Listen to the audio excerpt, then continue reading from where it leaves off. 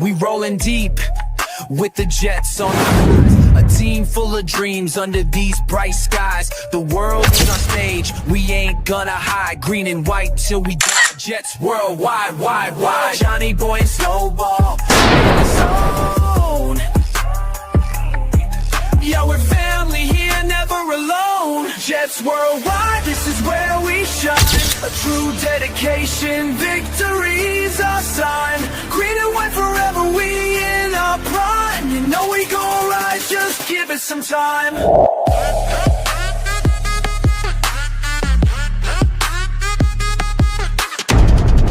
2025, hear the crowd going wild. You know we spitting truth, nothing but style. A city that never sleeps, we going buck wild. Our hearts beat as we Jets worldwide, wide, wide. Victory's a feeling, we won't let go.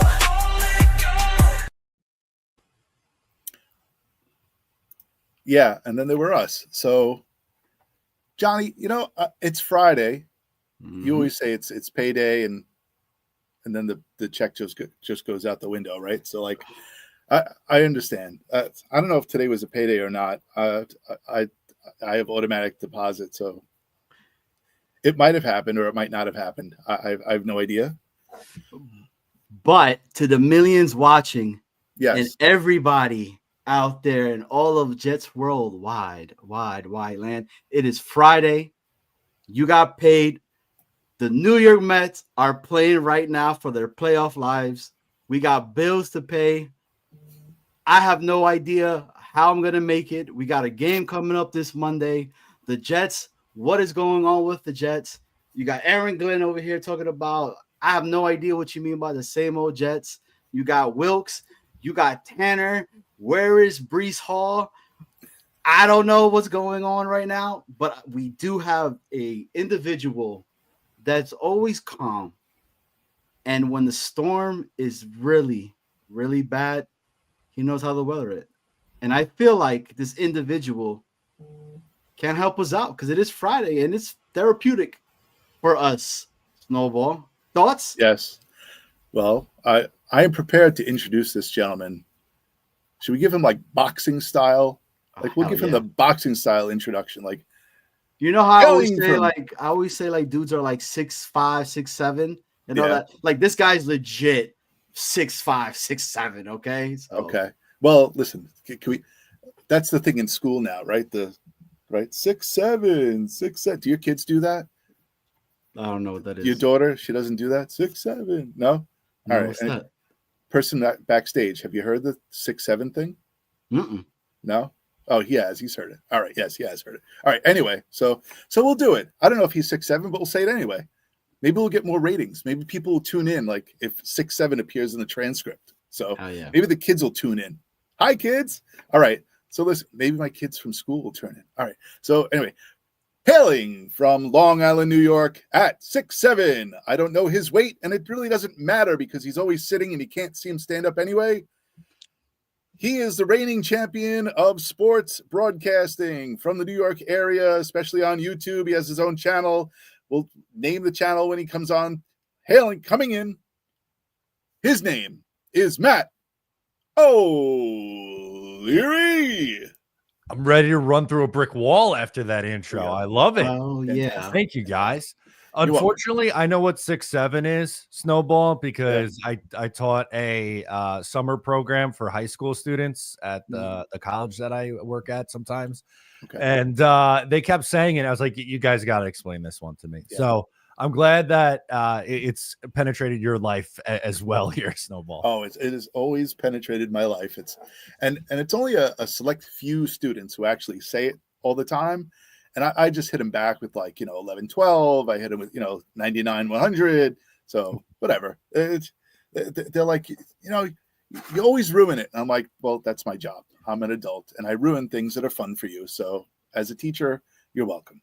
Well, can you guys please penetrate me and let me know what 6'7" is?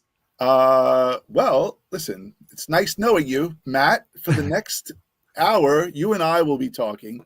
Since Johnny Boy said something he wanted to be penetrated, but I wanted to be included, man. Yeah, okay.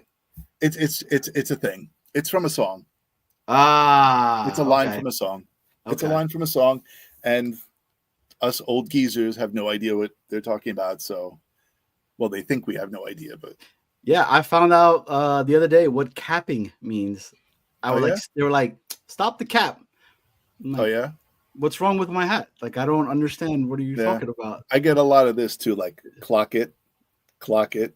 So Uh, I don't know if you know what clock it means either, but after the show, I'll educate you guys on all the high school lingo. And So it's like when you're running the 40, right? And they're like, clock it. yeah, I don't think that's what people are actually talking about. That's not what they're talking about. They're telling you shut up, basically. Like stop, clock it, right? Um, Oh, yes. So listen, we have an hour with Matt O'Leary. I'm not going to waste time with him talking about stupid school lingo. I'm gonna use it to its fullest. The people who are watching deserve quality entertainment. I think also we should mention that if you are watching live, please hit the like button. Please subscribe. We are making waves. We are making movement. We have people subscribing to our channel, which is flattering because with all of the Jets content, Matt, I was just thinking the other day, you have been one of the original Jets YouTube people like forever. I remember watching you, Ryan, Green Bean, Gangrene David, yep. right? Like from I don't know how many years ago that was. How many years ago was that? It's a long time. 2018, roughly.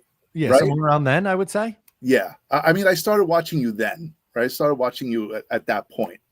And like, I'm saying that this guy's been at it for a long time. mm-hmm. Plus the broadcasting for the Islanders, right? Or the writing for what'd you do for the Islanders? I ran a website covering the Islanders for a long time. I do a podcast. It's much smaller. It's really more of like a passion project, but we're growing a little bit on YouTube. We just reached 2,000 subscribers over the summer. So that's nice. up the turnpike. I've done a lot, man. I started in radio, and then I got into writing, and then I started the YouTube channel when I graduated college because I missed doing my college radio show. I did a sports talk show once a week, and I was like, I want to keep doing this. So I started making YouTube videos, and then I was like, holy shit, like people watch these Jets videos. Maybe I should just talk about the Jets every day. And, almost 10 years later, here we are. That's it. That and a neon sign in the back of you, and the rest is history. So there we go. His voice has been used in One Jets Drive. I remember listening, and as soon as I was like, I text him. I'm like, dude, they just played your voice. He's like, wait, what? I was like, yeah, man, I heard it. I was like, and then I just like recorded it and just sent it to him because it's dope because we've met Matt in person, shook hands, the whole nine. And he's a great guy, man. I love your work, dude. I've always every single time that you're on, I click on you and I listen to you. I mean, you and Chaos just if you guys have not watched it, go back and watch it. It was really, really, really good on how insightful you guys went on the game that just passed. And essentially saying a lot of the things that I'm feeling like, and I think maybe Snowball as well. But what do I know? But yeah, I guess I find that Fridays are a very interesting day to do a YouTube show because you're really far removed from the game prior, and you're kind of like trapped in between the game on Sunday because you have the Friday, you have Saturday, then you have the game Sunday. If it's a Monday night game, then you're leaving further, so you're kind of like smack in the middle. So like. People have said everything that you've said I did make a breakthrough this afternoon. I've called the Monday night game the Concussion Bowl because it really is. It is. It is the Concussion Bowl when you really think about it. But yeah, we should get into like what the hell happened in the Buccaneers game because we haven't covered that enough, right? Nope. Like no, that hasn't been commented about at all. And then the Miami game. So like what I'm saying is we're trapped, but we're going to reiterate a lot of stuff that we've heard already. Maybe we made a couple of breakthroughs with some new information. And then I don't know. You tried to be original. It's hard. It's hard to be original trapped on a Friday. So Let's see if we can do that. I mean, Snowball and Matt, like I like Fridays because I feel like it's when I start to kind of having, and shout out to Phil. I see him in the chat, Armand and Leany. But Yes. Phil said today a little bit earlier, hope, right? And it's where Thursday for me, I start having that hope again, and I hope that we're going to do something on Monday night when we play. I start coming down from being pissed off, right? The typical Jets graph that the day after the game, you're like, F this team. Why the hell am I watching them? If I'm a fan, I'm watching this game and I know what they need to do, but they're not doing it. I should get paid for doing their job, but I like it is what I'm trying to say, Snowball. And I feel like we are able to get a little bit more content because of all the pressers that have really come out and being able to kind of fully talk in regards to it and have a more, I guess, tamed thought in regards to what happened with the Bucs and everything, so let's start it. Let's start it. I feel better. What I'm actually interested in before we get started with that is, now listen, Matt, we listen to you all the time, comment on the game and talk about this, that, and the other, and defense, offense, coaching, all that stuff. But as a fan, where do you sit right now? Like, where is your brain right now as a fan? So and my fandom and like what I put out there, I feel like isn't really all that different. Like, if I'm feeling positive about something, like I'll make a video on it and be positive. I'm not going to just be positive to be positive or be negative to negative. So the content I've been putting out there has been very, I feel like anyway, like down the middle on this team. I don't want to get too high or too low because I didn't really go into this season with expectations that they were going to be a playoff team. I picked them to be a 7-10 team before the season. Now I thought they would win week 1. So they're one game off of where I've had them, but like, I don't think it's that outlandish for this team in an year one of a new regime. Major question marks at the quarterback, roster turnover, the whole thing, that they're 0-3 right now. I thought the start to their schedule was definitely the toughest part for them. And now I think is really when we're going to see, okay, like what's our answer over their next couple games, right? Like, you have Miami. It's a winnable game. I don't think with how the Jets have played, you could say that any game on their schedule is one where it's like, oh, that's an easy, chalk it up, easy win. That's an absolute win. But looking at this window of games over the next little bit, I think they have a real chance to salvage their season. And maybe not to the point that like they're going to go on a run and be 9-8 and make the playoffs, but I don't know. Could they go 7-7 over their last 14 games and be a 7-10 team and have some things that you're excited about going into 2026? I do think so. I know they're 0-3 right now. If the season ended today, they'd have the number 1 pick in the draft, the whole thing. I don't think they're a bottom 3 team in the NFL, but they have to actually go out there and prove that now. Yeah. Johnny, what are you going to say? Do you think that this organization, and I'm taking this from Nick Shine, so shout out to Nick Shine, right? He said that, and it really resonated with me when he said this, right? So this organization has been a losing organization for such a long time now that they've really forgotten how to win. Do you think there's any like truth to that? Because when he said that to me, I was like, damn, he is right. Like, these dudes just don't know how to win. And Glenn's telling me he's trying to fix this by the culture change, right? So yeah, I agree with that. I think that's a spot on quote, that they don't know how to win right now. And I think that's evident by what happened in week 1 and week 3, right? Like, they had a fourth quarter lead. The first one, they were up by, a significant amount of points. I think it was 9-point lead in the fourth quarter. And then obviously it was a 1-point lead with, under 2 minutes to play against Tampa Bay. But I think they need to learn how to close out games. And I understand it's frustrating for the fans. And, people are saying they should be 2-1 right now. And yeah, maybe if things break right for them, they get a turnover against Baker Mayfield, or, they're able to get a stop in Pittsburgh. There's no fumble from Gibson, whatever. They're 2-1 right now. But I'm really more concerned about how they finish at the end of the year. Like if we're in week 16, 17, 18, and they're still blowing leads in the fourth quarter and they still can't close out games, then yeah, that's an issue for me. But right now, I do really think it's like they don't know how to close out games. They've been bad for so long. So I think Nick shines on the money with that quote. I really like that a lot, actually. Yeah, I think Nick is right on a lot of stuff. He stays positive, and he's kind of like middle of the road. Yep. Right. He doesn't get too high, doesn't get too low. Expectations he sets correctly. I don't know. I personally have always been on sports. I hate when I do not like when people say, I played this in high school and there's no difference. You can't even compare the pros to high school. So I'm not even going to go there. But the idea of forgetting how to win, I don't. These are professional athletes. In my mind, they are professional athletes.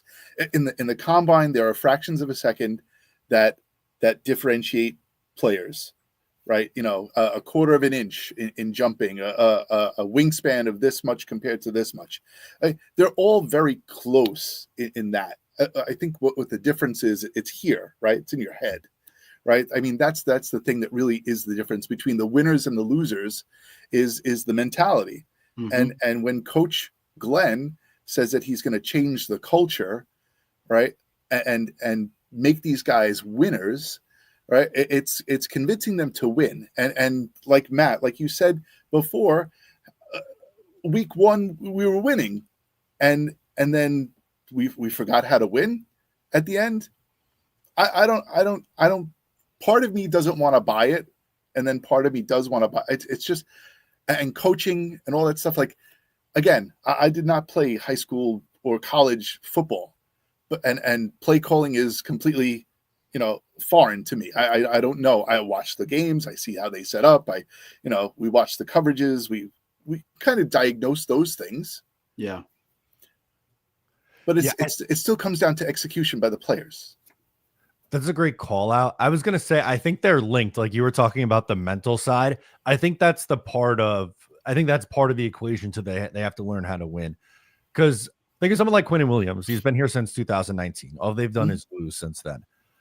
I think it's more of they have a lead, one thing goes wrong, and now it's, oh shit, here we go again. We're going to find another way to lose. And it just kind of becomes this toxic mindset. And I think they're going to need one where they hold on, and maybe it's this week, right? They have a 3-point lead. The Dolphins have the ball. They get the 4th down stop to get off the field, or they create the turnover, whatever. And it's almost like a sigh of relief, we can do this. We can. And then that's where the confidence comes from. So you're right on the execution. Of course, it's on the players to execute, and they're professionals, and they're, the most talented people at the highest level of their profession. But I do think the mental comes in for a lot of these guys, especially when, it's all they've known in the NFL is that they're on teams that lose, and they just find ways to lose games. Right. And I mean, and that narrative, the same old Jets, it's there, they hear it all the time in the whole tri-state area, though, because there's just a whole bunch of us that are out there. And I do want to say one thing really quickly, and I'm kind of glad you guys are talking about this. And I just saw he came in. So shout out to Jake. Jake is awesome. He's been a huge supporter of the show for a very long time. We watch him all the time as well. Jake, Boy Green, yourself, Matt, Nick, a lot of the, the whole X Factor, right? Crew that's out there. Green Bean, Ryan, you guys say the things that a lot of individuals are scared to say out there, right? And you guys are putting yourself out there, but then you get these other individuals that come out of left field and start to just chomp at you guys, right? Like, oh, these dudes don't know what they're talking about. You got the arm GMs the chair arm GMs that just sit there and if I was theirs, I would do this, as if it's that easy to do it. So I'm saying all of this because don't hate on somebody for their opinion. That's their opinion. And that's their right to be able to go in and say how they're feeling at the moment. Dude, this team has been bad. We haven't had a winning season in how many years already? You know what I'm saying? And like for myself, I'm asking for a winning season. That's something that I feel like would kind of destroy the narrative, right? Would be able to go ahead and have us looking forward to something next year. If playoffs come, cool, right? But give me 8 wins, maybe 2, right? If that's the lowest bar that I'm gonna set, be better than what the old regime was here before with us. Like, I want Aaron Glenn to succeed. I want the Jets to succeed, and that's the bottom line for me. You know, I don't like that stuff when you get these guys that are just start going up here and just starting to like almost essentially, right, like just badmouth your guys' name as if you guys are not putting content every single day. And you're talking about the New York Jets, okay? The New York Jets, who have not been good for how many years? But that just shows you how loyal this fan base. And you guys have said it multiple times. Sometimes the Jet organization doesn't deserve this fan base. But look, man, I'm a Jet fan through and through, no matter what, man. If you cut me, I'm probably bleeding green. I love this team, you know, and you guys keep up there, keep doing it, man. You guys got a whole bunch of people that are behind you guys in regards to what you guys are doing, you know. So, but the damn Bucs game. Yeah. I want to ask you this, and let's talk a little bit about it. Before the season started, Matt, I had asked you and Chaos when you guys were on the show that the coordinators, right, who had the most pressure on them? Was it Tanner or was it going to be Wilkes? And I believe you said, I think it was Tanner, if I'm not mistaken, right? So I want to ask you again, 3 games in, has that stance changed for you, or is it still on Tanner? So it hasn't, and I'll explain why. I think he's a first time play caller in an offense with a first time head coach in an offense that has a lot of question marks. And I think we would all agree that in this league, I know there's the line, you know, defense wins championships, but if your offense can't score points and if you can't get good quarterback play, the chances of your team being very good is not high, right? I think Tanner Engstrand has done a better job than Steve Wilkes. I think Steve Wilkes, there's pressure on him. It's just different kind of pressure.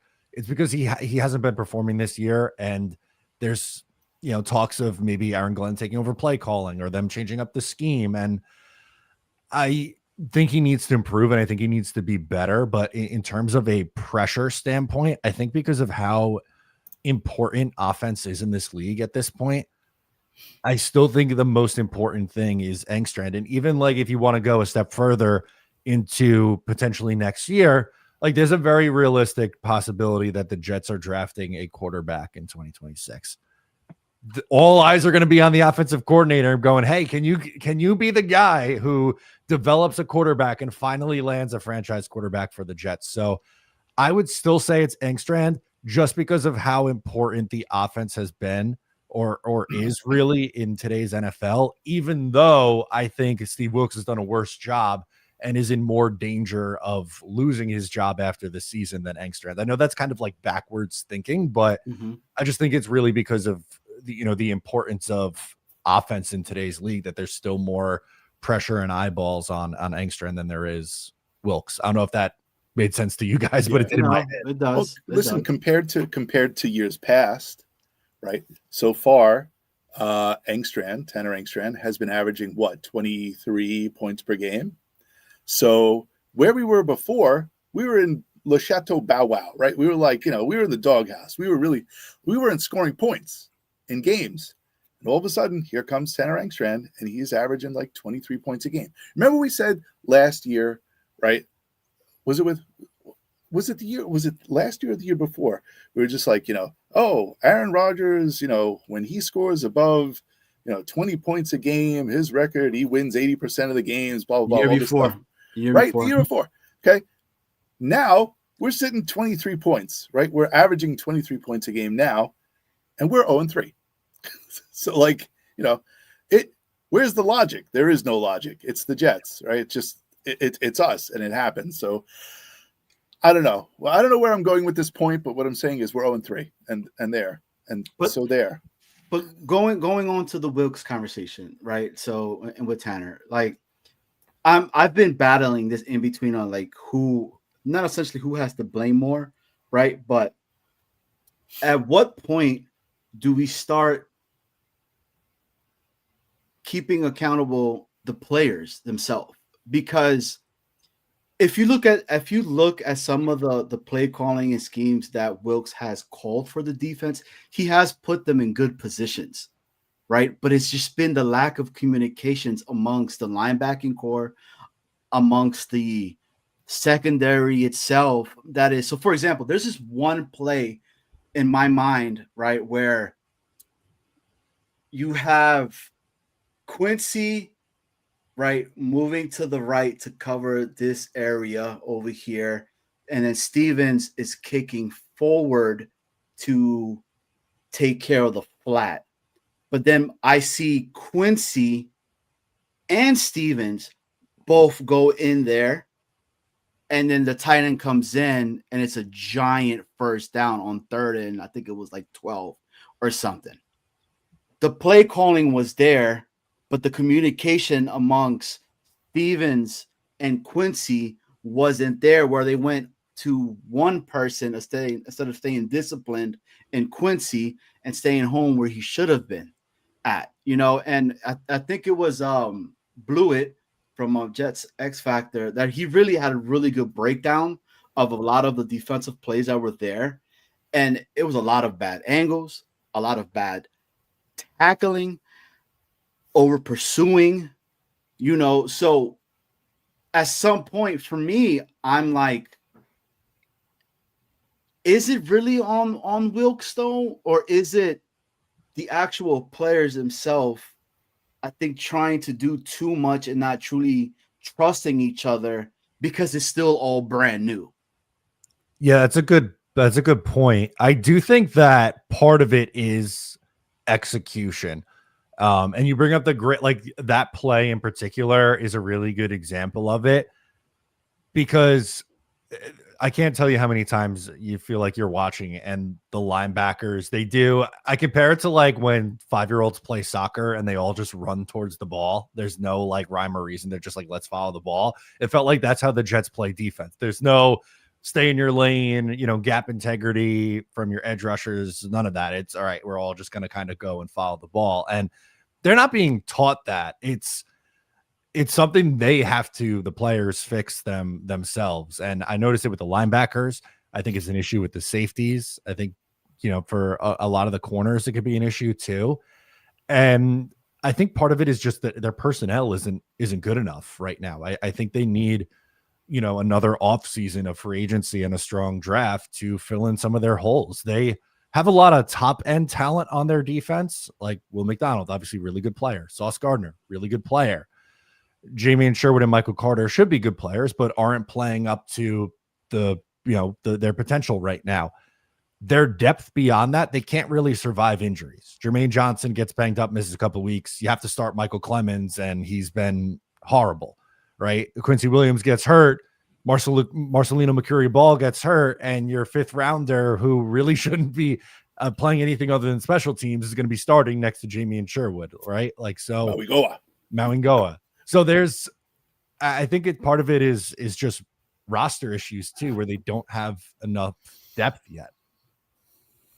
Well, I actually wanted to jump backwards for a second because Johnny's question, right, where he was talking to you about your preseason basically predictions about pressure and coaching.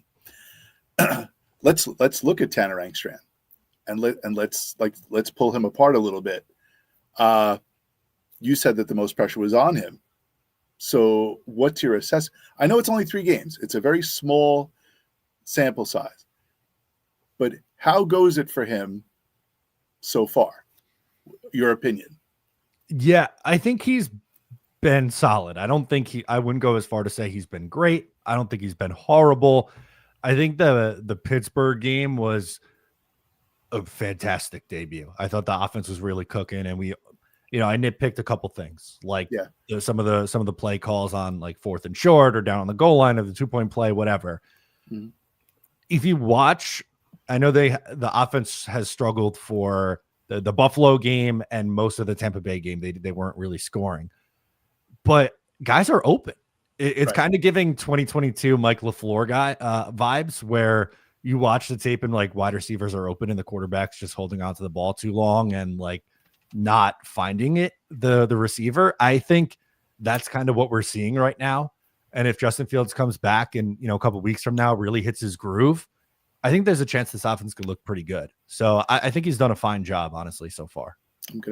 I will agree with you. I think he set the bar very high week 1. And then he faced 2 juggernaut teams. The Bucs and everyone just went, yeah, he's going to do a fantastic job. Look at this Tanner Engstrand. And we looked so awesome against Pittsburgh. And then everyone's like, oh, shit, like we shit the bed against the Bills and the Bucs. But they're the Bills and they're the Bucs. So, like, take it for what it was. Anyway, so that's kind of like, yeah, Johnny, say it. The Bucs game for me. I know there's a lot of people out there that are saying, they were a playoff team last year and all that, but I have to hit you guys back with this. How many offensive players they had missing? A lot, man. They were down 3 starters on the offensive line, and their top wide receiver got hurt, 3/4 of the way through the game. So to me, right, you have essentially the thing wounded, right? And you need to go for the kill shot, and it's not happening. Why? Like, you know what I'm saying? Because Quinnen, I love Quinnen, man, and all that, but come on, Quinnen, like, we need you to really, really be that person that truly steps up. They brought in these other guys that are supposed to help you out, right? But what's going on? Sherwood, dude, you were supposed to be El Capitan after El Capitan left us in CJ Mosley, right? Is CJ Mosley truly missed right now, having him on that sideline to be able to kind of talk to him in his ear and say, hey, dude, they're doing this. And I'm going to have to keep it 100 with you guys. The offensive line has been a little bit shaky, man. The first game, Membu was looking great. We were all like that. But the person that I was not expecting to be kind of shaky, and he is right now, is Olu. And you saw where he got ranked and left tackles this last week or whatever that happened. Do you think that we're being exposed, Matt and Snowball, or do you think it's just them still so young learning a brand new system? For me, I definitely think Olu, I'm not going to go as far to say he's been disappointing. I would say maybe underwhelming where I thought he would be. I just think disappointing has a worse connotation to me than underwhelming, even though they kind of mean the same thing, but I'm going to say it anyway. It sounds better.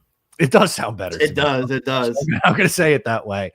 But I'm not to the point where I'm concerned about Olu yet. I think, again, they've gone up against 3 teams with 3 really good fronts. And I think the rest of the offensive line has been good. And I know that there's been a lot of pressure the last 2 weeks, but I think some of that's self-inflicted. I mentioned the, quarterbacks holding on to the ball for a long time. Unfortunately, that's been an issue with Fields his entire career. And Tyrod, he spent most of his career as a backup, but even when he was a starter years ago, that was an issue for him too. He tries to hold on to the ball and stand in there and make plays. And I think they got to just get into more of a rhythm offensively. And I think that'll make the offensive line appear better, because it's not fair to ask an offensive line to hold up for 4 seconds. The Jets quarterbacks are holding onto the ball, either one, Tyrod or Justin Fields, for nearly 4 seconds. And, I'm not saying you got to be like, I don't know, I'll give an example, Tua or Aaron Rodgers, who gets it out so fast and like it doesn't almost matter in a way because of how quickly they're getting the ball out. But I do think there needs to be improvement there from both of those two guys. I think that's when it'll start to look like the offensive line is playing to what we thought they would be. And I mean, Membu's been freaking awesome, man. Like the numbers for him through the first 3 weeks of the year. So I get it. Olu, we had high expectations for him and he hasn't hit that yet, but I'm not selling my Olu stock. No, I forgot the question, but basically what? Go ahead. What is it? The question was, Snowball. Yeah. Do you feel like our offensive line is being exposed? No. Yeah, I hear it. No, I don't believe they're being exposed. They are in the infancy. Okay. Even I'm not saying they're underwhelming or disappointing. I'm saying they're young. It's still their like first year. Getting to AVT's out. You had someone move over. You got a new guy at center. You got you got a rookie right tackle. You got a second-year left tackle. Like it's young. It's a young team. Like you see these other teams that they've been together for years, and they're like the Rockettes. They lock arms. They kick their legs, and they travel in unison. Like it's just different. You watch other teams, and this is the thing with the Jets all the time. Like we get new coach, new coordinators, new this, new that, new lines, new people, new players. And we've been pissed off as fans for years that we're not winning, and we expect, and I hate to say it, but you know what? Aaron Glenn was not wrong, and either was Robert Saleh. Like the fans are rabid. We are hungry for wins. We have zero patience. We want the instant coffee. I'm sorry, but yeah, it's true. Yep. We want the instant coffee. And that's the problem with the Jets. Like, it's just, we don't give it time. Like, and then people say, oh, we gave it time with Saleh, right? Yeah, we gave it time with Saleh, but then, the players change. So yeah, it's different. And we don't have that continuity. And I know that's the new NFL and free agency and all that's crap. And you can't have dynasty players, but you keep who you can. I don't believe that the line's being exposed. I believe it's just new, and that's our problem. We got to give it some time. Aaron Glenn's new. Everyone's jumping down his throat because he dances on the sidelines when he's happy. And like, we're New York, and we're New York minute, instant gratification, all this crap. And I don't know. I've been at this a long time. I've been watching these idiots for a long time. This team pisses everybody off. It's just the way it is until it isn't. And Fields is, everyone's like, oh, Fields is going to be the new quarterback. He's going to take us all the way. And then you got half the other people saying, no, Fields sucks. Get him out of there and put Tyrod Taylor in. Then you put Tyrod Taylor in, you get the same results. It doesn't matter. So, and next year we're going to draft a quarterback and wash, rinse, repeat, whatever. I mean, you're completely right. Can I share what I text you on the games? Yeah. It literally goes, I hate the New York Jets. And he writes, with all my heart. Yeah. Sums it up perfectly. It's the truth. But we are at 0 wins right now. So, and I think the quote by Herman Edwards, I'm going to play it. Everyone knows the Herman Edwards quote, right? Hello, you play to win the game. But do you know the rest of that quote? You don't play to just play it. Yeah. Like, listen, right? Hello, you play to win the game. You don't play to just play it. That's the great thing about sports. You play to win. And I don't care if you don't have any wins. You go play to win. When you start telling me it doesn't matter, then retire. Get out. Get out, right? He said it doesn't matter if you have 0 wins. And I wish he would give that speech to the New York Jets right now. Bring Herm Edwards into the locker room before the game and tell him, if you're saying it's not worth it, right, then get out. And whatever Aaron Glenn said, right, get the fuck out. But it's the truth. These guys have to. It's here. It's all here. And I think that's what happened in the Buccaneers game. When you're a part of a winning organization, the Buccaneers are a winning organization. If 3 of your starting linemen go down, the replacements think that they're just as good as the guys who were there to begin with. It's the mental part of it. And they're just like, hell yeah, I'm going in and I'm going to bust my ass and I'm going to play. So they play to win the game. Sometimes we play to win the game. So like, it depends on the quarter that if we're going to play to win the game.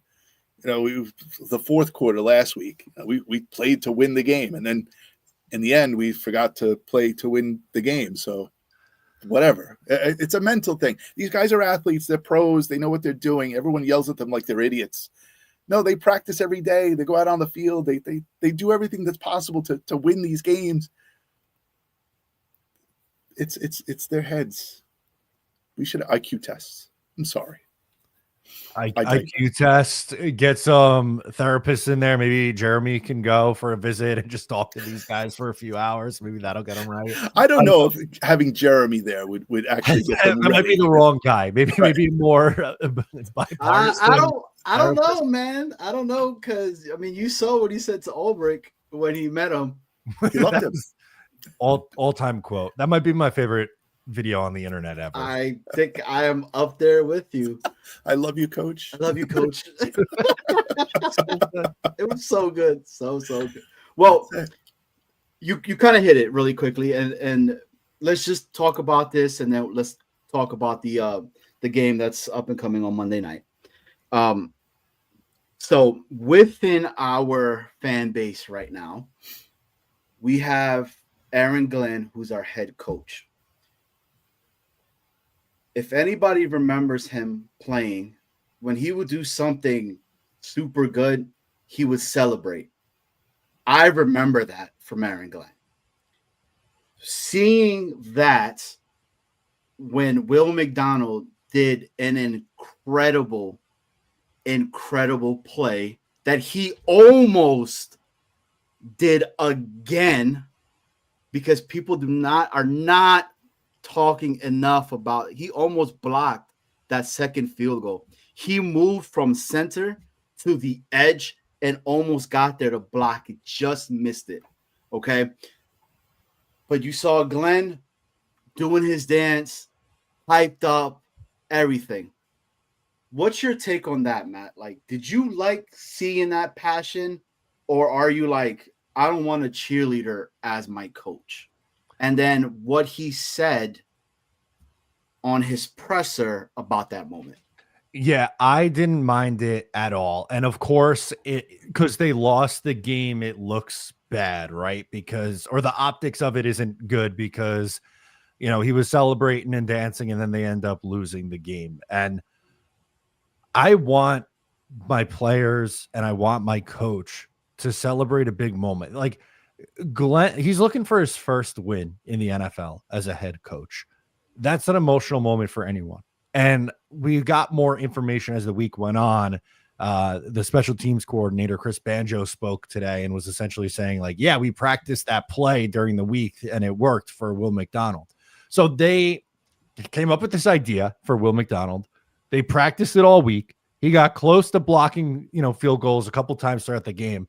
Then he jumps over the line, blocks the field goal, and returns it for a touchdown to give you a lead with under 2 minutes to go. Yeah, you should be excited.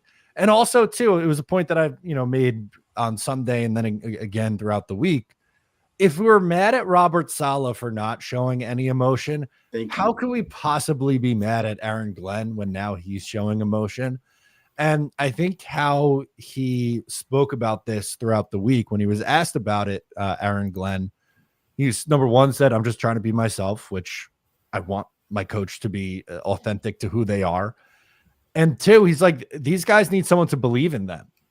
And that's, I think, part of the culture changing. We talked about that a lot on this episode tonight about Aaron Glenn and trying to change the culture. He wants these guys to believe in themselves, number one, but how are they going to believe in themselves if their coach doesn't believe in them? And I think he's trying to show, like, I got your guys back. I'm going to celebrate with you. I'm going to, praise you when you do something really good. So I didn't mind it at all. I hope it's something that continues, honestly. 100% agree with you.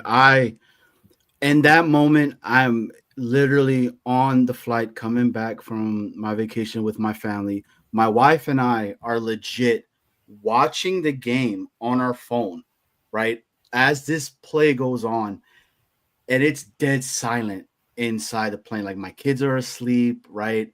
She's next to me. We're both watching it. He jumps over, blocks it. And we go, oh my God. Oh my God. He blocked it. He blocked it. He's going to fucking score. Holy shit. Dude, if you would have seen how fast the attendance came, it was like, what's going on? What's going on? And I'm like, the Jets just scored. The Jets just scored. Right? You would have thought that we should have probably been tackled or like tased. Or I thought they thought you were going to get into the Mile High Club if your wife just kept screaming, "Oh my God! Oh my God! Oh my God!" I mean, hey, maybe in the past, if we didn't have that many kids right now, but maybe that's the reason why we have kids, so many kids right now. But anyways, I agree with you, Matt. We killed Salah, dude, for not being that individual that when it's a play that's big, that does not happen, that potentially could have won you the game, and you're not going to celebrate it, right? We all saw the One Jets Drive episode of Will McDonald and all the crap that he went through to be in a position like that. Why would you not want to root for an individual like that and celebrate him when he does something, again, that we have not seen in such a long time? Because we're Jet fans and we're picky bitches, and we want to be mad at something. That was too much celebrating. Like Salah wasn't celebrating enough, and now this guy, he celebrates too much. So, give me someone in the middle, and give me moderate celebration, and I'll be happy. So what would that look like then, Snowball? Yeah, you're Aaron Glenn right now. Maybe not like the neon Dion with the head and the this, but maybe just that's the spirit. Good Jets players making good Jets plays, and not stoic and that. And listen, I know this could take. I wanted to put this up on the screen the whole night, and this might be a very short segment. Okay. I know that Matt only has 10 minutes left, but this could be a very short segment with this. What are the Jets doing right? What are the Jets doing right, Matt? Is there something that they're doing right? Oof. Let me try to come up with. I can't put you over here. I don't know. That'd be too easy, right? That makes too much sense for StreamYard to do. Can we just? All right, let's put it back up. All right, let's do that. What the Jets are doing right. And I'm going to give a more broad answer here. I'm not going to really name anything like crazy specific, because at 0-3, like there's a reason why you're losing games. But I think what they're doing right is sticking to their beliefs. They want to be a team that plays hard-nosed football, runs the ball, and plays good defense. And I don't think Glenn, or any of the coaches for that matter, is hitting the panic button and going, oh my God, we're 0-3. We have to completely change our identity. I think they just are going, we're close. In a couple of the games, we were close. We're trending in the right direction. We just have to clean some things up. So I guess my answer is what they're doing right is they're not abandoning their identity after a rocky start to the season. Okay, so they're sticking with their identity. That's what they're doing correctly. If we were to go like offense, defense, special teams, or like offensive line, what are they doing right on the offensive line? Are they doing anything correctly on the offensive line? On the offensive line, okay. I would say yes. I think the right side of the offensive line has been good in Joe Tippmann and Armand Membu, and that's something that's exciting for two young guys who are hopefully building blocks on your team. So I would say offensive line play for most has been mostly a plus for me. Okay. I'm okay with how the offensive lines look. Okay. So we would say primarily positive offensive line. Quarterback, what's going right for the quarterback, if anything?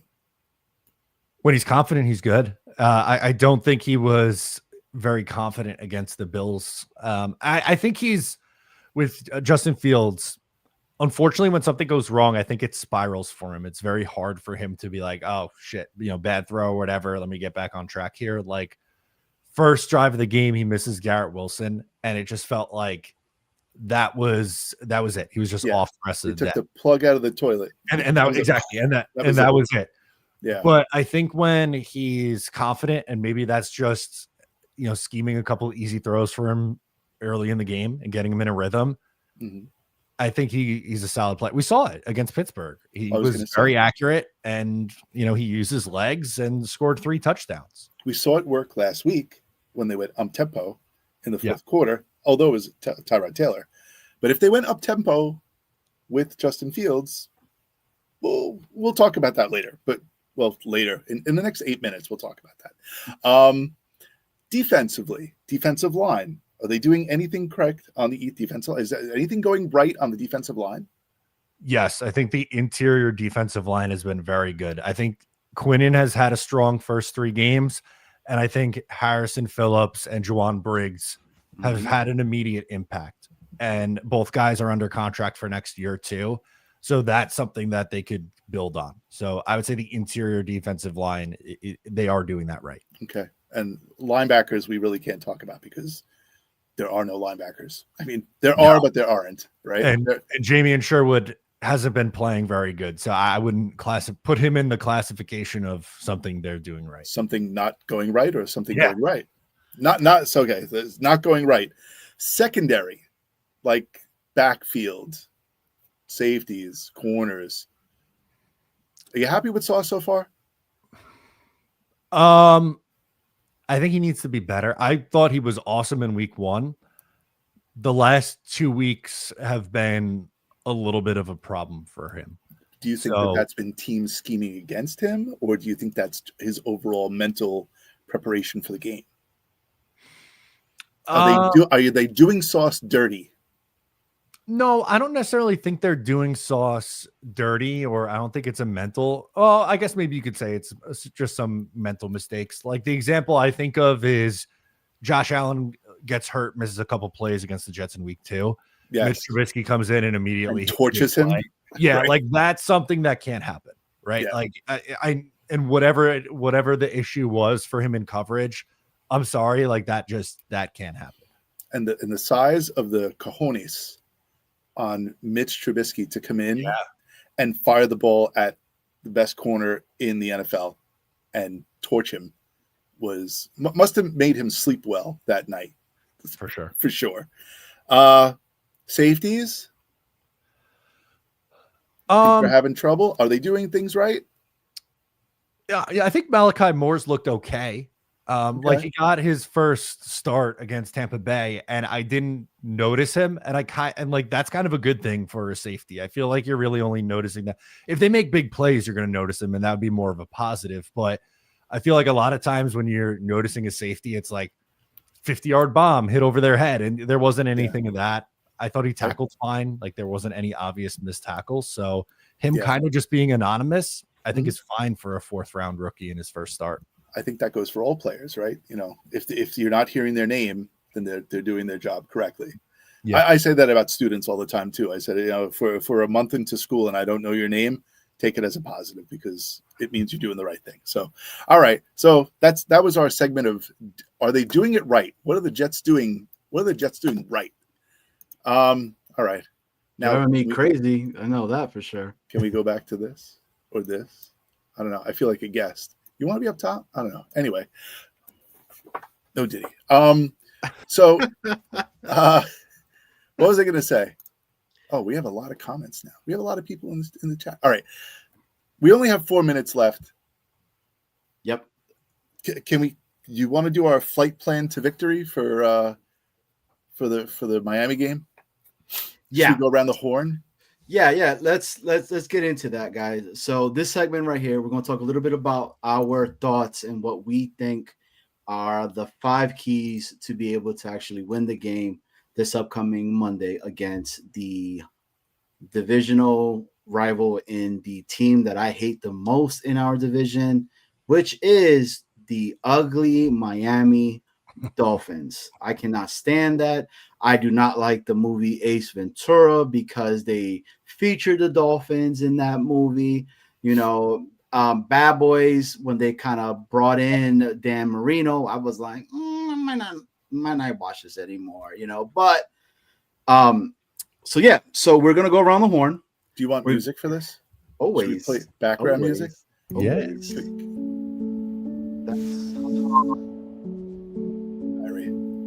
That sounds very scary. Dear New York Jets, please listen to us. Should we get something different? How about Oh. Okay, let's do this. Okay, good. We'll keep this in the back. All right, so we're going to go around the horn. Guess first. Of course. So first, Matt O'Leary, your first point for the Jets to fly to victory on Monday night. Do your number one. Number one. Easy completions for Fields, right? Like his first game back, get him some easy underneath completions and early throws and get him in a rhythm. Okay. Where'd that come from? How'd you do that? You're a master. Okay. So number one, quick throws to Fields. Easy completions. Johnny, what's your number one? My number one is kind of in line with Matt. Protect the quarterback. I mean, it's that simple. The Dolphins have a really good pass rush in Chubbs, Robinson, and I forgot the other guy's name, but they need to protect him. Like, give him a good, clean pocket, and it kind of goes to what Matt was saying a little bit earlier in regards of the confidence. If it is Fields, right, give him the easy throws. Just don't overthink it, right? Like, protect the damn quarterback. Okay. My number one is up tempo from the jump. Okay, go up tempo from the jump. We saw it work last week in the fourth quarter. You have Justin Fields in there. Again, I think going up tempo cuts this out, right? Doesn't allow him to think, just go, right? Up to the line, throw the ball. And it's just like what you guys were saying, right? All right, next point, number two. The Jets need to tackle in this game. They've struggled with tackling, and can we stop right there? Yeah, I mean that Jets need to tackle. Yeah, I know that. We shouldn't be saying this. I oversimplified it, but if they struggle and have a bunch of missed tackles against this Dolphins offense with the speed that they have, it's going to be a long night. Agreed. Johnny? I already feel like it's a long night for me. The damn game is tied 2-2 right now. And so my number two, of course, right? Game tied 2-2, right? 2-2. We need to continue to establish our identity in the run game. If this team is going to be a team that is going to run, come on, man. Make the plays for freaking Brees. Make the plays for Braylon. Establish the run. We got to control the damn pace of this game, man, and take some of the pressure off this passing attack that we are trying to establish as well. So establish the run game early. My number two. Okay. Run game. I'm going the opposite direction. I'm saying they have to take advantage of Miami's weak secondary and actually attack that first. So with up tempo should come passes and not just the short to intermediate, but let's stretch the field and let's on first down, let's put the ball downfield immediately and see what we can do. So soften them up by taking advantage of the secondary. All right. We're jumping to number three. I'm going to kind of piggyback off of Johnny's. I think this needs to be a big Brees Hall day. The Dolphins are 28th in the league in rushing yards against. Brees looked awesome in week 1, did not look the same in week 2 or week 3. So I think we need to see a Brees getting back to what he looked like in week 1. Okay. And my number 3, let's force Tua into some turnovers. Okay. I think this game are the two teams that have yet to force a turnover and be able to recover it. So, with that being said, force Tua into turnovers. Quinnen, you need to be that disruptor in there, man. You need to be the guy that is going to put that damn team on your back and do what you got to do.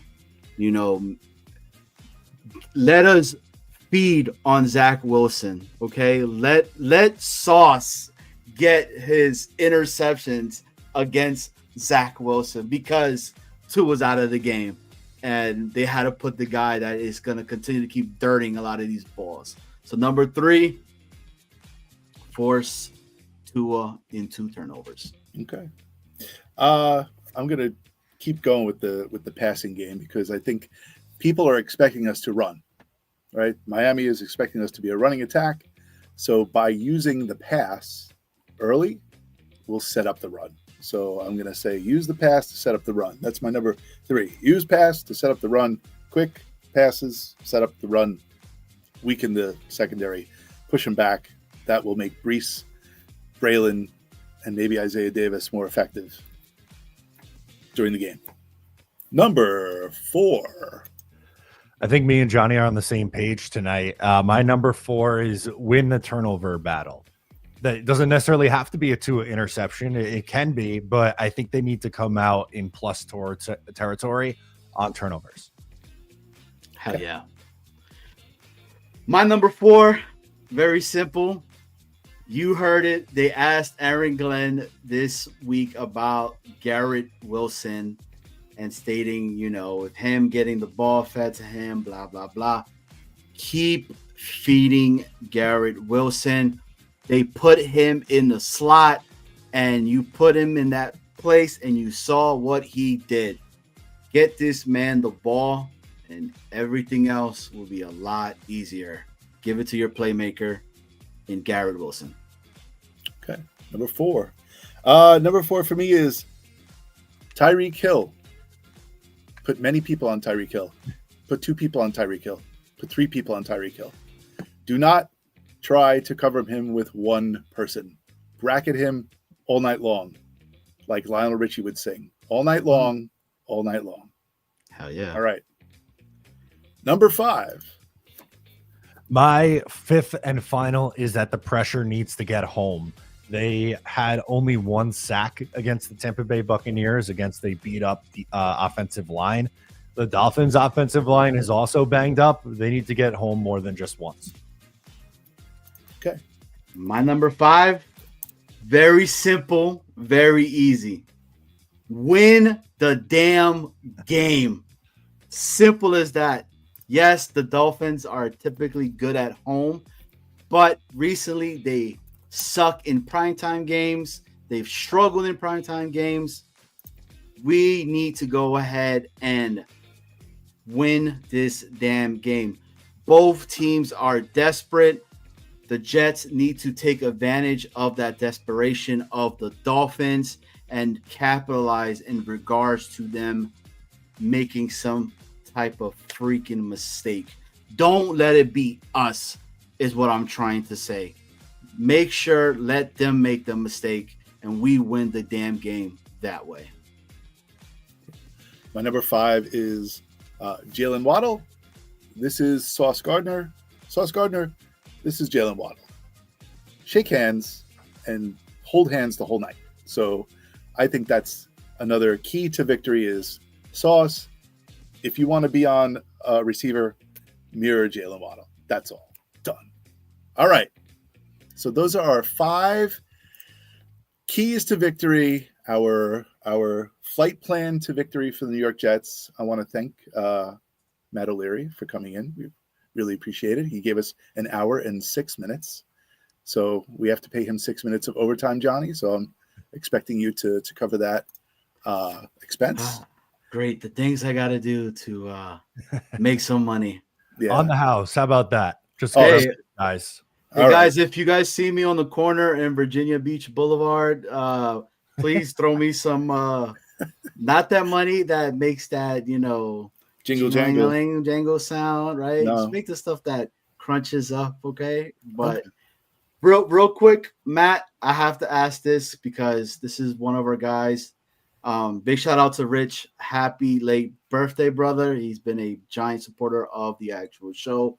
But he wanted to ask you, tanking, do the coaches get the team together and say, okay, boys, let's go lose? No, that's not. To me, tanking is really more on the general manager or front office for putting a roster together that just isn't good enough. No team is actively going into a game and going, okay, we can't win this one. They're trying to win every game, but sometimes their roster just isn't in a good enough place, and they're not going to win many games because of that. So, Hello? You play to win the game. perfect. That's it. You do. Matt, it's always awesome having you on here. I know you and I are both sweating right now watching this damn game itself. But if I'm somebody that is new into this YouTube universe and I'm like, damn, I really liked what Matt had to say tonight. I wonder, where can I watch some more of this guy? Please let them know where they could go to go see you. At Matt O'Leary NY on YouTube and all social media, Twitter, X, Instagram, TikTok, the whole thing. We're talking Jets every day. We try to keep it light and have some fun. So follow along if you enjoyed. Hell Okay. yeah. Is it Matt O'Leary NY on OnlyFans also, or? No, I haven't made the way over to OnlyFans. Oh, you haven't made that one yet. All right. Okay. No. I was like, all social media. Okay, fine, whatever. Is that really social media though? I don't even know what that's social. And talking about OnlyFans, please subscribe to the new Jets Worldwide OnlyFans. The things we do to make money on there are something that you must subscribe and tune into. I am purely the cameraman. Johnny is the actor. That's all. That's amazing. All right, Matt, we want to thank you again for coming on. It's a Friday night. There are 10 billion things you could have done tonight, but you came on to spend an hour with two rabid lunatic Jet fans who just happen to, we like you too. So, Yeah. No, thank you so much. You guys are the best. Thanks for having me. I really appreciate it. Have a good rest of the night, guys. Thanks so much. Let's go Mets. Boy, we didn't even get a chance. Oh, he was really anxious to get out of here. I don't blame him though. So anyway, for the rest of you knuckleheads who are in the chat, thank you so much for tuning in. Bill M, Dane, Rich, Bill N, Dane, MC Mays, Afram, Armand, Phil, our guy, Florida Wild Wave, Phil, Yeti in the building. Leany, Armand. Oh yeah, Everybody. Armand's We got a full house. JE that was in the building a little bit earlier here with us as well. Wow Wave. Right. Jake, shout out to Jake. Jake was in the building as well. Right. To all of you that were here. I feel like Jake's like the godfather of like Jets YouTube, and he just like stops in, like he opens up the door and just pokes his head and goes, "How you guys? You okay? You all right? All right, you guys are doing a good job. All right, I'll see you later." And like he like leaves and he walks out. So he's like the godfather of Jets YouTube. Shout out to our guy Chef Kev, man. And guys, if you guys are in the Jersey area, in Caldwell, I highly, highly, highly recommend you guys go to Clover Leaf Tavern. Okay, it is amazing. The food there is great. I still talk about the burger, this bacon infused burger that he made. I know it sounds like simple or whatever, but it's not, right? Like there is a science to the madman called Chef Kev. Like this guy puts these flavors together, and the way guys go, just don't even take my word for it. Be your own person. Check it out. It is awesome. Yeah, I'm not going to the Cowboys game, but I'm going the night before to Chef Kev's because he's having that get together. Nice for all the Jets fans. So I'm going to drive over to New Jersey. I'm going to go to Caldwell. I'm going to go to the Cloverleaf Tavern just for my guy the guy who eliminated me from Asmaniac Madness, and that's okay. I still love him anyway because he does make fantastic food. So He's now. yeah, they should like freeze pack stuff and ship it around the country too, because that's good stuff. And just to let you guys know, if you do mention Jets Worldwide, you would actually get charged double. Okay, so my suggestion would be Afro. Don't mention Johnny's name. Don't mention my name. And that could be a conversation for you and for Chef Cam later on. They don't spit in your food. No, they don't do that. But if you mention Johnny's name, they think it in their head. Yes, that's all. Yes. Just kidding, man. But Snowball. Yeah. Should we open up the lines for a couple of minutes, or are we closing it up? No, let's do it. Let's I'll post the link, and and if anybody wants to come in and I was just going to say something really gross, but I'm not going to say that. So anyway, if they want to come in and talk, the link's coming in. So for everybody that's watching, I'm going to ask you guys if you guys call in. So the question that I'm going to ask to you guys is this: is this a must win for your New York Jets? Yeah. And if that's the case, I need to know, why do you believe that? And what do you think are the keys to victory that would be able to go ahead and have us to win? Johnny, do you think this is a must win for us? I think so. And I say this: the narrative of the same old Jets has been out there. Okay. Aaron Glenn was one of the individuals that was there during this whole fake spike crap. Okay. Win the game, and it'll change it for a lot of the OGs, a lot of the guys that are there. And remember, because for me, I don't like the Patriots. I don't like the Bills, but I hate the Dolphins. Okay. And I've said it multiple times.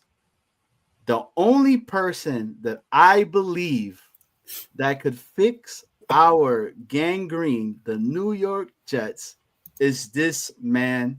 And he is here hailing from the crazy streets of Jersey. Yes, sir. Afram.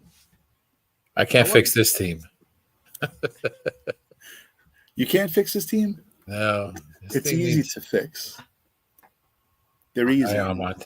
Give them their own stadium, and then everything will be fixed. Yeah, not anymore. That he should have had it right next to Citi Field. Yeah. Plenty of room there. They're going to play soccer there now.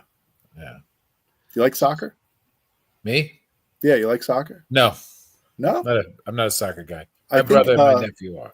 I think the Jets are actually going to trade Alan Lazard to the trade. Maybe we get the owner. We trade the owners of the football team and the football team. The what you call it? The NYCFC. Yeah, this is football. They call it football. We call it soccer. Hey, Peg and Artie. I agree. What happened with the Mets? It's 6-2 right now, dude. And ouch! It's just. What's the Cincinnati game though? An Arizona game. Let me see. He's going to check. In the meantime, Afram, did you? I know you were in the chat. I can't say it's a must win. I got to see some progression with this team. Okay. So you're okay with them losing on Monday? Yeah, I'm used to it. I mean, let's be honest. From what you see, do you expect them to win? No, you don't. Specifically. Based on what you've seen, but also the caliber of the teams that they've been playing, they kind of played the way they were supposed to play, right? Like Buffalo was supposed to blow their doors off, and they did, right? The Buccaneers have been keeping it close the entire year with every team that they've played, and they did. And you figure week one, you stand a fighting chance against Pittsburgh, and you're winning in the fourth quarter, and you blow it. But that's the Jet way. So everything kind of has been going according to plan. So I see that defense, especially in the secondary, so confused. Well, Okay? that's the Wilkes defense. Yeah. That's the Wilkes Confusion defense. shouldn't be a defense. Yeah, but like, okay, so if I told you every play you're going to pin your ears back and just run forwards, right? Basically, that was the Saleh defense, right? That was the, all gas, no brake, blah, blah, blah, all that crazy crap. But anyway, they were used to a certain method of playing for 4 to 5 years, wherever he was there. Ulbrich just continued what he was doing, and basically they called it, Ulbrich's defense. But now you have Wilkes who actually thinks and schemes and does things differently and adjusts the defense. Well, all right. In my heart of hearts, I would have to think that he has been. And the only difference is that the players are used to a certain jargon and they revert back. Like every once in a while, you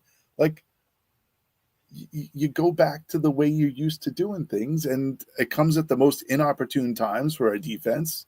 Obviously, when we're winning, and then we decide not to win anymore. But I think yes, in my heart of hearts, I believe that he is scheming them to do the correct things. He was a head coach. He was he did a great job. He did a great job where he was defensively. Not a great job, but he was good. Right, he was good. He wasn't great, but he was good, and he good enough to coach, good enough to be in the NFL, good enough. And then he comes here, and now because it's New York, everyone, we pull the pin and we throw the hand grenade at him and blow him up. So, what do you think?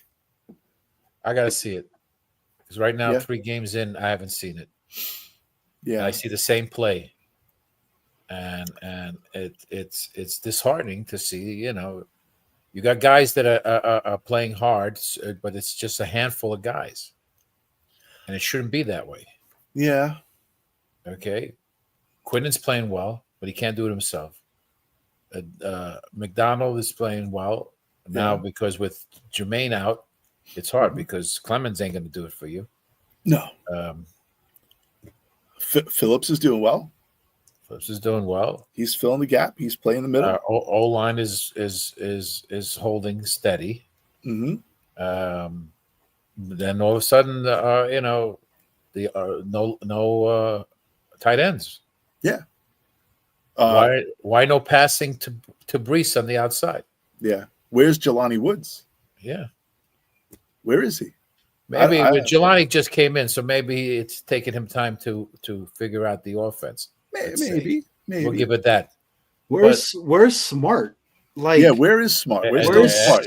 That's exactly where is where is he? You say to key it to Garrett all the time, but they know that.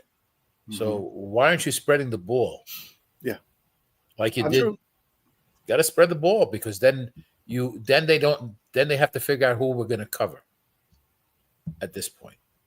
Agreed. I with Smart, we saw it. He was with the first team guys, running with them, and then all of a sudden, disappeared.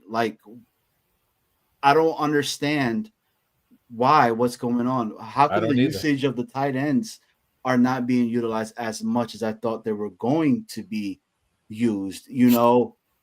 Is it because we're trying to get the identity of being a run team, right? And they're using maybe more of Beck in the back or whatnot.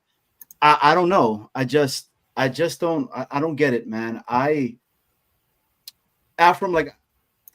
When I'm watching the games with Wilkes and the way he's calling the games, he's putting these guys in the right positions, but they're not executing, man. These guys are not tackling where we're there, and this should be a loss of yardage because we're hitting them behind the line. We're over pursuing a lot of times. We're over pursuing. We're not angling correctly because that's what they were used to doing. They pursued. So at what point do we start to say it's not the coaching, but it's more of the actual players themselves not executing on the plays that are being called. But that is coaching. You got to pound it into them. You got to Yeah. pound them in their heads. And you got to make moves. You got to, if the guy's not doing it, bring in the guy, bring in the youth. I'm a teacher. You know how many times you have to say something to kids to have them understand? I say it at work. Yeah. So 30 times. You got to say it 30 times for them to actually understand it. Yeti, So, my good sir, how are you? and that's just listening. All right, go ahead, Yeti. Get it off your chest. I respect you guys. I wanted to keep Ephraim on because I only got a few minutes. Go ahead. I don't want to take up your time. Like We have like space for 4. Back to what we were just talking about, like Stone Smart. Like, where is he? Didn't we only have 5 active wide receivers last week, and we had 7 tight ends active? Maybe my number's a little misconstrued, but it was weird. It was a weird flip. If you look at the active wide receivers last week, the tight ends outnumbered them. Okay. I could be wrong on that. Somebody please let me know if I'm wrong. I don't want to talk bullshit and just speak out of my ass. I'm not But sure. I read that somewhere. I'm not sure, but if that's the case, I wouldn't be. If I'm being honest with you, I wouldn't be surprised and all that because I mean we're hurting in wide receivers. Reynolds, how much did that really hurt us? That's something that's not really talked about. We had guys down, and we didn't pull up guys from the practice squad because we wanted to keep it what the roster what it was, for whatever. But I think we had more active tight ends than YRs last week. So why not put Stone Smart in a slot and just let him fucking rip it up? Like, does that make sense? I mean, like, Stone Smart should be like playing a little bit of slot here and there. Like, we saw what he can do. He's fast. He's got hands. I think you guys are all Googling how many wide receivers. Tanner Engstrand. Yes. Yeti says to use the tight end position more effectively. He said he would do it. He said, I'll do it. So, all right, we're good. I'm not Yeti. Right. I'm watching the Met game, and I'm watching the Brewers and Reds, and the Brewers just scored. It's I trust Yeti, and I trust his eyes, and he's probably right that we were outnumbering wide receivers with tight ends. Yeah. Let me ask you guys this. Let me ask you guys this for Yeti and Afro. Yep. So we got a whole bunch of young people, right? And one of the biggest things that they've been talking about is developing the young guys, developing this culture, et cetera, et cetera. At what point do we say, F it, bring in these young guys, and we are going to either fly high or we're going to crash and burn with the young guys, but we're going to give them that experience. Yeah. Is it this game? Is it the Dolphins game? And let's just say we're 0-4 after this game, and we're like, enough is enough. Like, let's put in AZ Thomas. Let's give Malachi Moore the chance that he's being to be needed. So your guys' thoughts. I yield to you. Yeti has only limited time, so go ahead, Yeti. Oh, okay. Well, I mean, that's kind of our season, right? It's like, let's see what these kids got, and let's see what they can do, and let's see if they can make or break anything. But dude, I don't know. I'm not going to say start 8. I'm not going to say start more right now. I kind of want it, but I don't know. I don't know. You got me on this one. That's a really good question, man. I'm embedded into the team. I'm not happy with Stevens. I'm not happy with the way Carter's playing. And of course, we all know that I'm going to bring up fucking defensive end there. I don't know, man. I'm happy with the squad. I'm not happy with their playing, the way they're playing right now. But I think overall, the roster is there. They just got to produce. And with bringing in guys like, who's the new cornerback we just brought in? Come on. Wide receiver last name.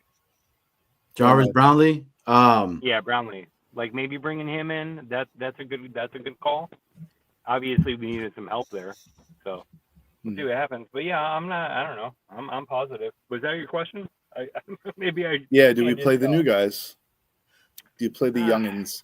Afram, do you believe in playing the young guys? To me, my first play This is the of the year. game is I throw a bomb to Arian.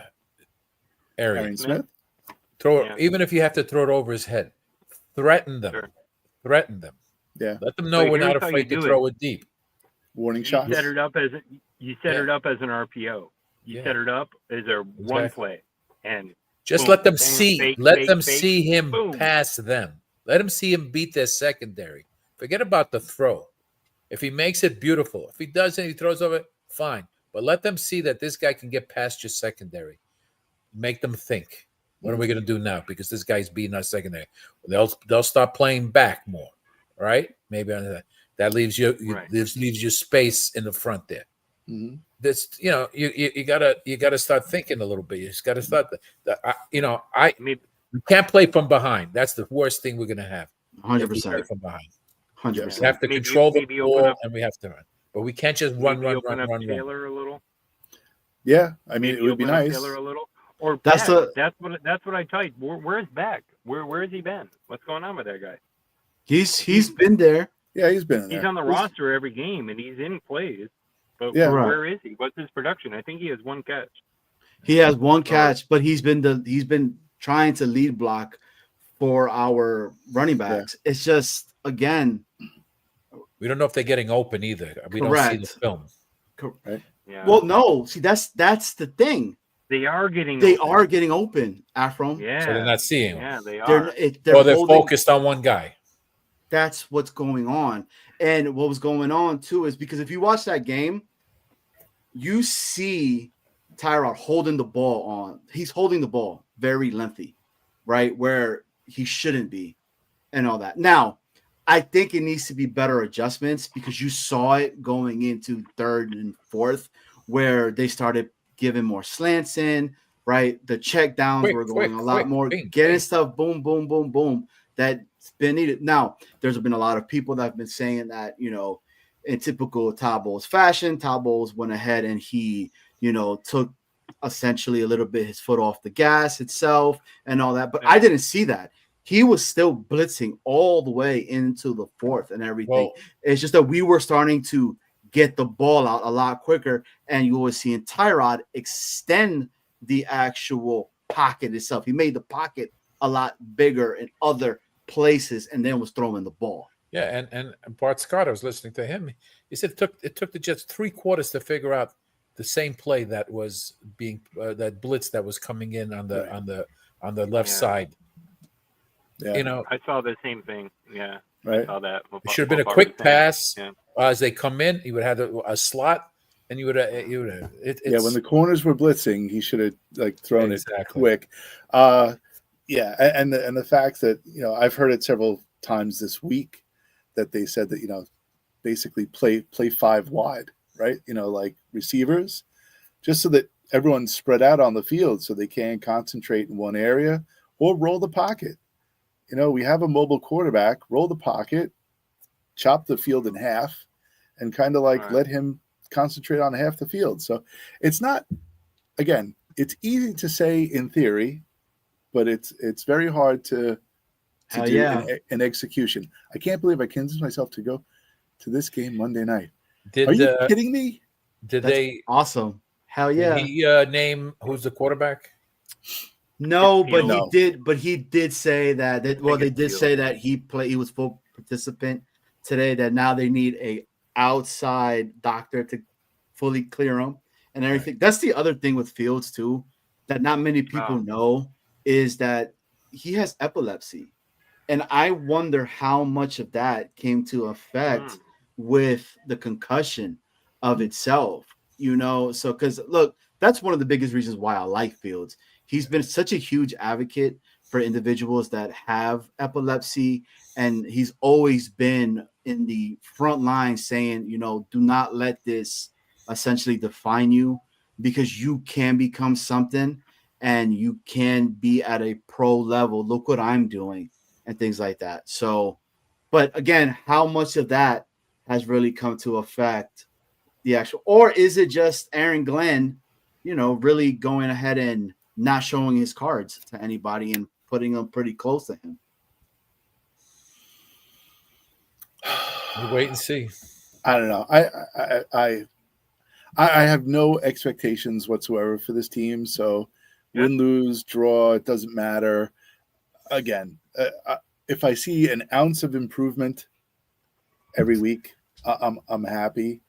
It's tough to see and it's tough to measure, but if they can reduce the points against, then you know that the defense is picking up. Yeah, I mean, we've been scoring points. We've been scoring points. Yeah, which is a positive. So we're giving up a lot more. We're giving up. Right, we're giving up more than we would, but it hasn't been. Besides the Buffalo game, it hasn't been much more. So like we gave up 34 against Pittsburgh, right? But what I'm saying is the difference in play, the difference in score. It's been minimal. So the Bucs, what they had? How many field goals against us and just one touchdown, right? Which that was a head scratcher for me in regards to Michael Evans not being, followed by Sauce at that one play. And as soon as that happened, they went right to Evans, and they kept doing it right when they would put Stevens on it. But guys, we're getting ready to close up the actual show itself. Yeah. And just like every single show itself, chat, this is for you guys as well. But I want to get your guys' prediction on Monday with win or loss, and what do you believe the actual score is going to be? Yeti, thoughts? Yeah. Score? I don't know. 27-21. I don't even care. Whatever. That's my prediction. Say the Jets win. I don't care who wins. The Jets win. 27-21. And he's not saying somebody who wins. Will win 27-21. Somebody will win their first game this season. Well, what happens if it becomes a tie? Oh, can we go overtime? Yes, of course we can. You can go overtime, but you can still get a tie in the season. It's happened the last 2 years, 2-3 years now. We have seen ties. Yeah, we have seen ties play out. Dude, this game could be a tie. It could be a 3-3 tie. Okay, so 27-21, somebody wins. Perfect. Okay. Yes. Yeah, that's my prediction. All right. Afram. 28-24, and since I've taken the Jets the first 3 times, I'm going to go 28-24 Miami. Okay. Very good. Okay. Switch route. We're all in there. We see some offense. We know we got some offense. MC Mays goes we're in the 20s. Jets 31, Dolphins 28. Big shout out to the big fella. Oh, look at this. 21-17 Jets. Oh shit. But Fields gets replaced at halftime. What? Oh. Not against Miami. Oh, big fella. Say it ain't so, man. Say it ain't so, big fella. I was just going to say Fields could be the X factor in this game if he does play and he plays it out. And he plays well. I think that's the kid we're going to ride with. We're already riding with him anyway. 26-17, his New York Jets. Green. Mike. Shout out to Mike, man. Mike's doing really well. 24-17, the gang green, baby. His gang green. Mike D is nuts. It looks sexy in a hospital cap. Just have to put that out there. A shot wing. And to our right tackle, Mr. Armand himself, does not believe his Jets will win. And his Dolphins 31-21.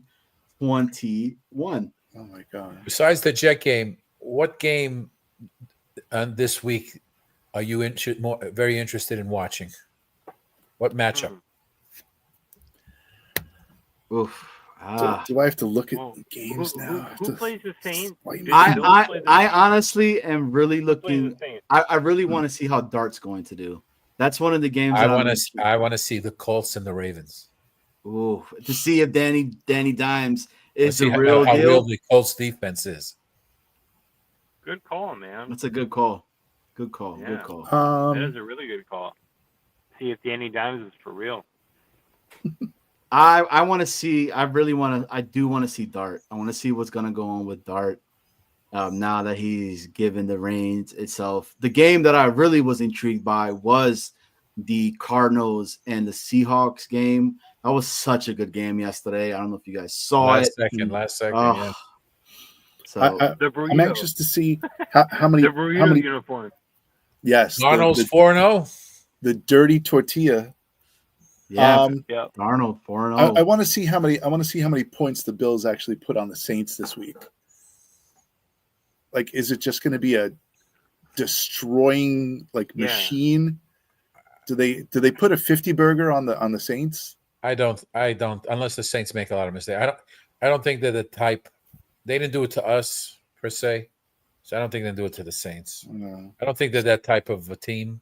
That's Belichick would have done it. I think Afram, I think that's the the easy Colts win. I think the Colts play the Rams. Yeah, they do. Is it the Rams? It's the Rams, yeah. They I mean, play that's still a That's a good. That's a Who the Ravens play? the Chiefs. Well, that's a good game too. But I see the Ravens beating that one. So that definitely will be. I'm looking forward to seeing Minnesota and seeing how Carson Wentz plays again, right? Because the big rumbling over there now is Wentz might be the guy over JJ McCarthy. So they're having a big kind of quarterback controversy. Oh my God! Over Who's there. New England playing? New England plays just the gonna ask Panthers. That should be an Panthers. interesting game. So What about isn't Cleveland playing the Raiders, or who's playing the Cleveland Raiders? plays the Lions, Lions. Detroit, Okay. and Who plays the Cleveland. Raiders? That should be a good game. Whoever's playing the Raiders, that should be a good game. Bears. the Bears. Yeah, The because we want to see what Bears. that boy's got. We want to see if Caleb can do it again. Yeah, if that was an outliner in regards to that. But boys, it was a pleasure having you guys on. Thank as you for always, having me. man. Yep. Afram, this freaking game on Monday, man. We'll see. Yeti, same thing, man. May the score go with Yeti 27-21. Somebody. Yeah. Yes, obviously I was supposed to leave at 6 o'clock, but that appointment got canceled, so Okay. here I am. But Oh, love you guys. you okay? West Coast Yeti. I was See you, supposed to man. leave, I was supposed to leave 10 minutes ago, but All right. Well, either way, it was so Thank- much fun hanging out with you guys. It was cool. Yeah. Hey, Yeti. thank you for tuning in, appreciate West As always, you guys are the best. WCY, West Coast Yeti. West See Coast. ya. Very good. West Be well, Coast guys. Yeti, West Coast baby. Bye, Afram. Later, Have a good Afram. one. Appreciate you, man. We'll see you, man. Thank Appreciate you you for too. everything. Bye. All right. Well, I guess we got to go with our predictions, right? Yeah. You want to go first, or should I go first? What you want? Like what? All right. I'm thinking You want of a rock paper scissors? Okay, yeah, live. Jets Worldwide Live rock exclusive. paper scissors. Okay, yeah. Okay. All right. So wait, On shoot. this is the way it is. It's rock paper scissors, and shoot. Okay, and you throw it out on shoot. On shoot. On shoot, you throw it out. So once the T is done, you Shoot. Boom. Yes. Okay. All right. All right. So rock, paper, scissors, and shoot. Oh man. All right, go ahead. All right. I go first or you? You go first. All right, I go first. All right. So my prediction, because the Jets have been averaging 23 points per game, I'm going to say that playing the Dolphins, they will score more than 23 points. So I'm going to say 24 points, just to go a little bit more than average. And I say that the Dolphins score 19 points. So 24-19 Jets. All right. I'm going to go, and I am saying 20 Dolphins, 31 Jets. Wow. Okay. I like your prediction. Yes. We always want the Jets to win. We I always mean, want them to win. I fucking was like, hey, we're gonna beat the Bills we're gonna break them really well. Dude, I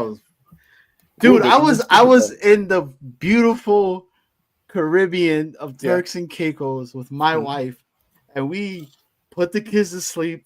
They were sleeping. Riley's in the pool, chilling, enjoying it, and these two idiots, right, are in this bar, right? That's right by the pool, and our room is right there, and like we could see it, right? and we're watching the game. And dude, there was a big amount of Bill fans there. Yeah. And a couple Jet fans. And we're getting our asses whooped. Right. And they're like, Bills Mafia! And I'm like, I hope you shit yourself. I fucking walked out. I was like, I'm gonna jump in the pool and pee right next to you. yeah, I went back into my room, my wife, and we just put it on the TV and we're watching it there, man. It was I was texting you from out there. Yeah. Dude, The Bucs game, I was coming back from North Carolina. I'm flying home, and it's like getting to halftime, and I can't even get it up on the. I can't scratch that. I can't even bring the game up on my phone, so I have to go through the Jets app on the phone I can't even hear the game, so I'm reading the plays as they're coming through. It's like 3rd and 10, 1st and 10. Right? Like I'm like, oh, we got a first down, and I'm reading, and I'm like, oh, 7-yard completion by Tyrod Taylor to Garrett Wilson, and I'm like, oh wow, okay. So it was very interesting to and then it took me up until halftime. Then we took off. When I landed, we lost. Dude, so then you saw touchdown pass to Alan Lazard, and when you're like, I was like, wait a minute, fucking Lazard, is this the game today? Hey, everybody that's watching, we appreciate you guys being here with us, hanging out with us on a Friday night. If you are watching after the fact, please hit the like, hit the sub button. We are on the road to try to get up to 500. We are coming back with the Jets Worldwide Sunday games. We are going to be setting it up very soon. That means ISU. That means Big Fella.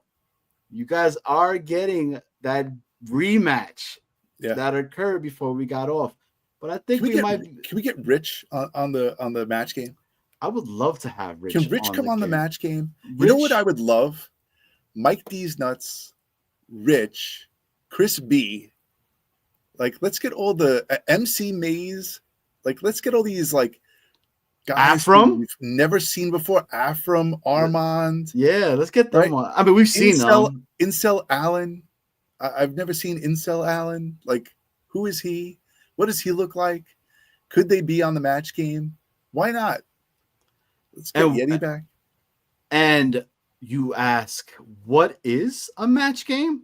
Well, let us tell you what the match game is. Snowball, what is match game? So match game is modeled after the match game from like the 70s and the 80s, and they still have it now. I think Martin Short is the host now. So MC Mays, look it up.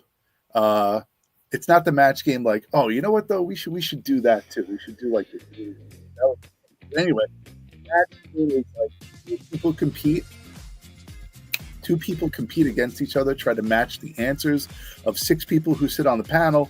I say out a phrase, I leave a blank. The 6 people on the panel fill in the blank, and then you try to match their answer. But you say your answer, first, and then right? Isn't that how it happens? Yeah. So let's give your answer first, and then the match people write it down, and then they hold up their card. So we'll give you a quick example, right?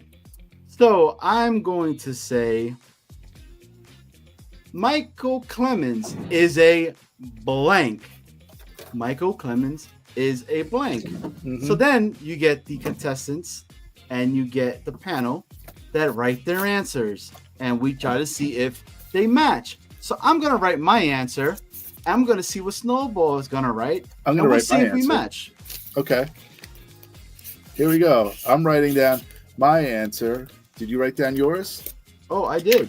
Okay. Now, people in the chat, let's do that. Let's do people in the chat, right? Yep. Fill in the blank, and then you'll see if you match Johnny and I. Yep. So we'll give you guys 10 seconds. Again. Right. Type it in the chat. It is Michael Clemens is a blank. Mm-hmm. All right. So go ahead and put in your answer and see what people do. Oh, I am old. I remember Match Game on TV. Okay. All right. So we His have picture Mike. doesn't look old.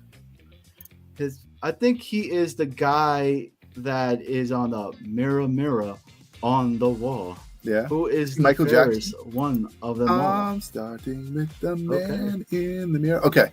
So R.I.P.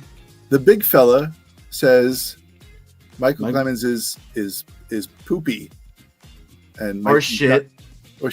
Mike D's nuts says idiot. The big fella says shit again. Armand says hack.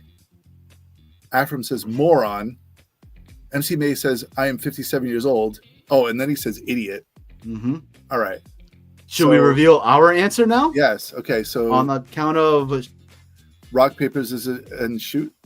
Or 1, 2, 3, go. Or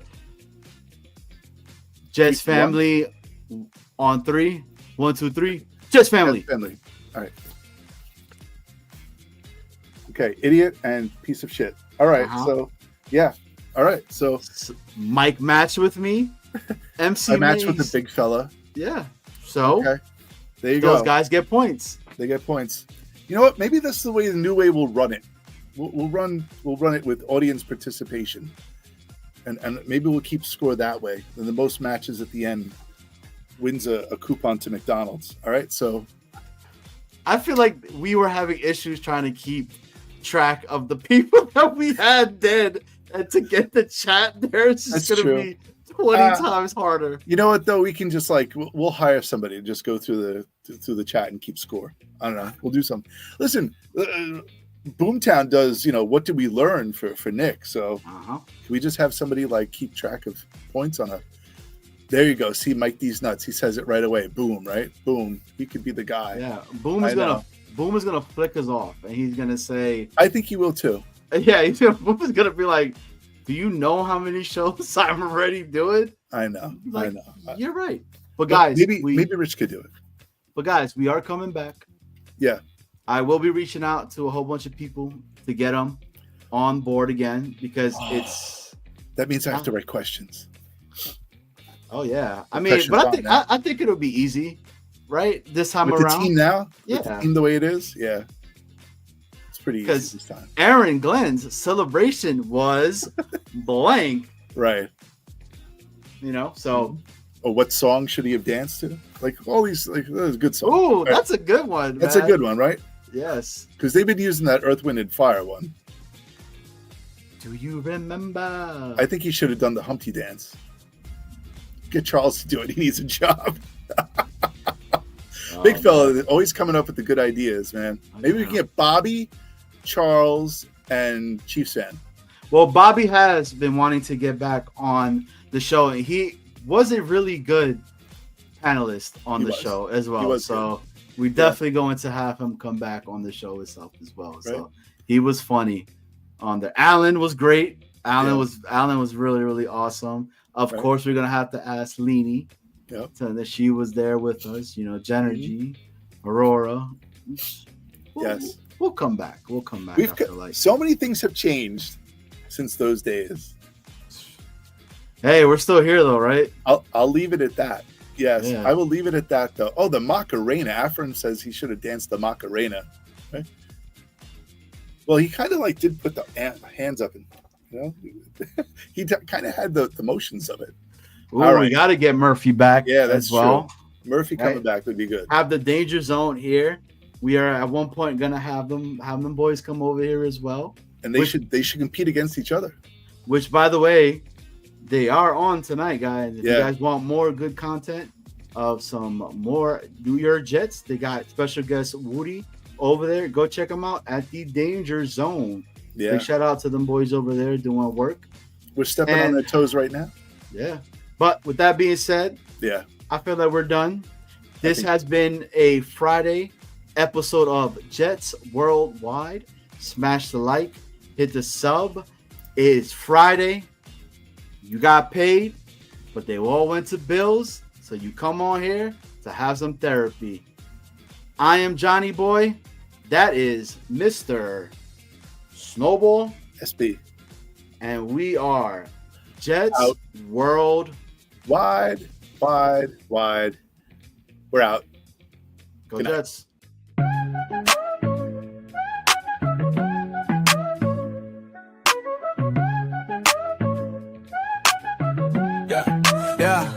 We started off as Titans, and now we're the Jets. The start of every season always starts with the sweats. Vinny T, Brett Favre, Aaron Rodgers, what's the deal? Don't even try to tell me that the curse ain't real. We're coming for you, run, nothing high. Snowballing Johnny Boy, his Jets worldwide. Why? Yeah, like and subscribe.